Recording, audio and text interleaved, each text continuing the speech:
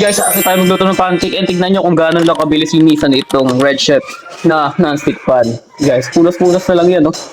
Yan. Guys, magluluto tayo na itong Maya hot cake gamit itong ating bagong non-stick pan ng Red Chef. Alam nyo naman, kapag Red Chef, quality yan mga idol. And also set na yan mga idol, ha? Tapos may free na siyang spatula. Yan, pag pinili mo ng set. So meron ka ng pot, meron ka ng malaking kawali, at meron ka na nito maliit na kawali. At ilikon yung takip, no? Kapag nilagay yan, eto, hindi siyang malalaglag. And, ito yan, may singawa na siya ng init. Ayan, so napakaganda, diba? Super aesthetic yan mga idol ko. Diba, ganda ng kulay. At yung habakan, kung mapapansin nyo, isa lang. So, para sa akin, maganda yung kasi space saver na rin. Pero, ang maganda, lalo dito, nalilipat sa kanyang hawakan. Ayan, so kung kailangan mong gumamit ng pot, so yan, ipindutin mo lang yung ilalim. Diba? Again, Red Chef nga to, super non-stick yan mga idol.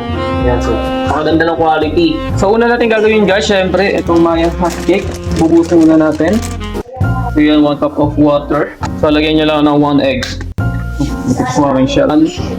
So, 2 tablespoon of oil.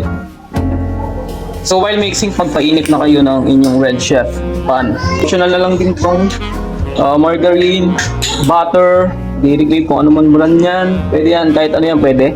Pwede rin wala. Pero ako, mas trip ko na merong kaunti na nilalagay. Para mas masarap lang, lagyan natin ng kaunting butter or margarine. Ako, at mga kids ko, pati yung wife ko, gusto yung medyo ganito yung kulay. Ganyan kasi dagdag smoky flavor lang eh. Tapos na tayo, para sa sausawan, magtutunaw lang tayo ng margarine. Tapos lalagyan natin ng Alaska.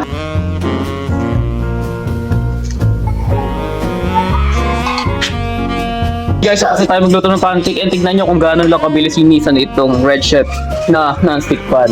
Guys, punas-punas na lang yan, no? Yan. Ayan.